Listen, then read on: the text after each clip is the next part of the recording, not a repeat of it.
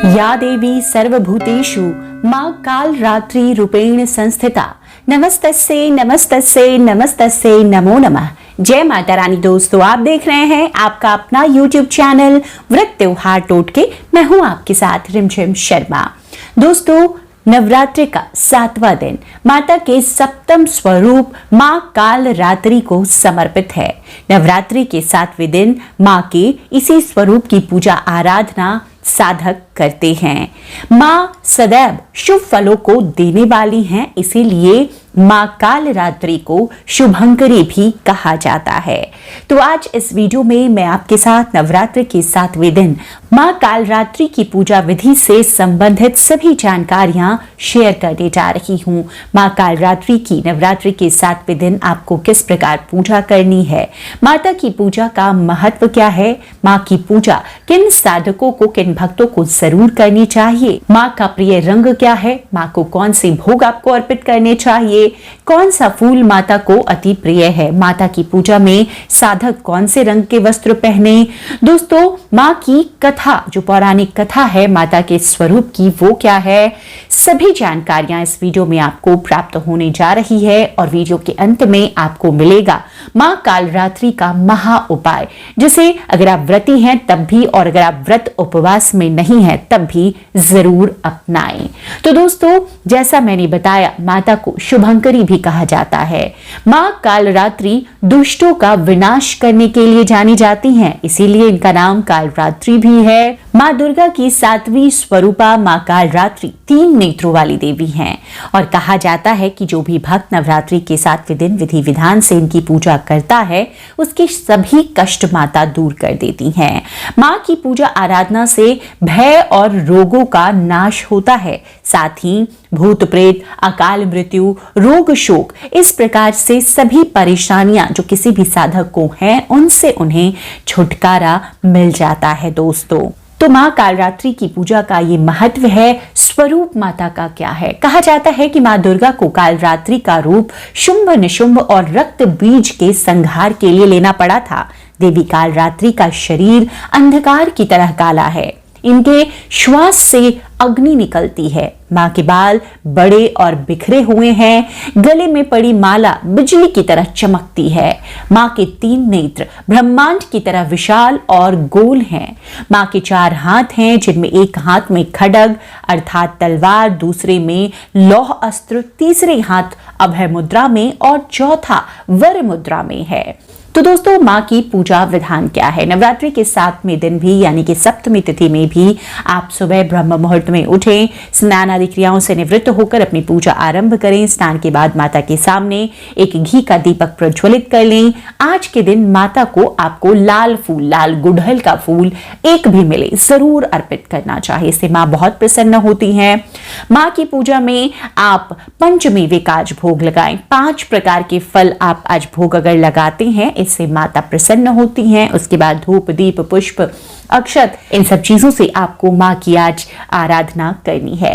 दोस्तों, माता का जो प्रिय भोग है वो क्या है? आप अन्य किसी भी प्रकार की कोई भी मिठाई लगाएं, आप पंचमेवे लगाएं, फल लगाएं, लेकिन आज के दिन मां कालरात्रि को आपको गुड़ का भोग जरूर अर्पित करना चाहिए। इससे मां आप पर बहुत शीघ्र प्रसन्न होती हैं। इस दिन गुड़ के भोग को बहुत विशेष बताया गया है दोस्तों, और मां कालरात्रि को गुड़ या उससे बने पकवान का अगर भोग लगाएं तो माता प्रसन्न होती हैं। और पूजा समाप्त होने के बाद में आप उस भोग को पूजा समाप्त होने के बाद आप सपरिवार उन भोगों को ग्रहण भी कर सकते हैं। अब माता कालरात्रि का जो मंत्र है, वो मंत्र जो सबसे लघु मंत्र है, मैं वही शेयर कर रही हूं इस बार इन वीडियोस में। तो जो मां कालरात्रि का मंत्र है, ओम कालरात्रे देव्ये नमः, इस मंत्र को आप चलिए। देखिए, नवार्ण मंत्र तो हर किसी को नवरात्र में जरूर जप करना चाहिए, जो कि है ओम ऐं ह्लीं क्लीं चामुंडाय विद्महे। साथ ही देवी के हर स्वरूप का मैंने लघु मंत्र बताया है, इस मंत्र को आप जपें। आज के दिन दुर्गा चालीसा, दुर्गा सप्तशती का पाठ आप जिस प्रकार कर रहे हैं नियमित पूर्वक, उसी प्रकार करें। और उसके बाद माता की कथा माता की कथा आपको आज के दिन जरूर सुननी चाहिए। तो अब माता की कथा क्या है, वो कथा मैं आपके साथ शेयर करती हूँ। दोस्तों, माँ अत्यंत कृपालु और दयालु हैं। यही देवी सर्वत्र विजय दिलाने वाली हैं। मन और मस्तिष्क के समस्त विकारों को दूर करने वाली माता की सातवीं शक्ति है काल रात्रि।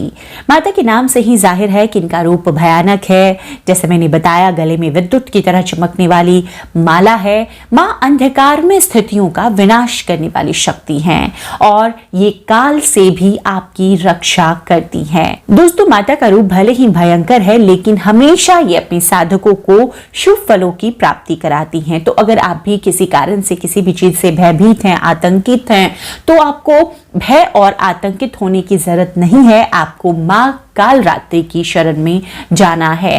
काल रात्रि की उपासना करने से ब्रह्मांड की सारी सिद्धियों के दरवाजे खुलने लगते हैं। तमाम आसुरी शक्तियां उनके नाम के उच्चारण मात्र से भयभीत होकर दूर भागने लगती हैं। इसीलिए दानव, दैत्य, राक्षस, भूत, प्रेत उनके स्मरण मात्र से ही भाग जाते हैं। दोस्तों, माता ग्रह बाधाओं को भी दूर करती हैं और अग्नि, जल, जंतु, शत्रु और रात्रि भय माता की उपासना से किसी भी भक्त के दूर हो जाते हैं। दोस्तों, मां कालरात्रि की जैसे मैंने बताया कि मां कालरात्रि का ये जो स्वरूप है मां दुर्गा का, वो रक्त बीज और शुंभ निशुंभ राक्षस के मर्दन के लिए हुआ था। तो आपके जीवन में जो भी कष्ट है, जो भी परेशानियां हैं, किसी भी प्रकार के शत्रु से आतंकित हैं, उन सभी चीजों से, उन सभी परेशानियों से मुक्ति दिलाने वाली हैं मां कालरात्रि। तो उम्मीद करती हूँ नवरात्रि के सप्तमी तिथि में आप इसी प्रकार माँ कालरात्रि की उपासना करेंगे और उनकी पूजा से, जैसे मैंने बताया, ये तमाम चीजें, तमाम सिद्धियां आपको प्राप्त होंगी। दोस्तों, माँ कालरात्रि की पूजा के लिए आपको इस दिन आप भी लाल रंग के वस्त्र पहने, क्योंकि माँ को पसंद बहुत ज्यादा है लाल रंग। और साथ ही इस दिन आपको गुड़ का भोग, जैसे मैंने बताया, आपको गुड़ का भोग अर्पित करना चाहिए। गुड़ का दान करना भी बहुत शुभकारी बताया गया है। तो इस दिन आप एक जो महा उपाय है, गुड़ का दान करें। इससे भी माता आप पर प्रसन्न होती हैं। किसी जरूरतमंद को इस दिन दान करने से मां आपको आशीर्वाद देती हैं, आपको शुभ फलों की प्राप्ति होती है। तो उम्मीद करती हूँ ये जो सभी जानकारियां इस वीडियो के जरिए मैंने आपके साथ शेयर की है, आपके लिए उपयोगी साबित होगी। वीडियो अगर पसंद आ रहे हैं तो लाइक कीजिए। कमेंट बॉक्स में अगर किसी अन्य प्रकार की कोई जानकारी चाहिए, आप कमेंट कर मुझसे जरूर पूछें। मैं कोशिश करूंगी आपके उन सवालों का तुरंत जवाब देने की। चैनल पर नए आए हैं तो इसी तरह की जानकारियों के लिए चैनल को सब्सक्राइब भी जरूर कर लें। वीडियो देखने के लिए बहुत बहुत शुक्रिया। जय माता रानी, हर हर महादेव।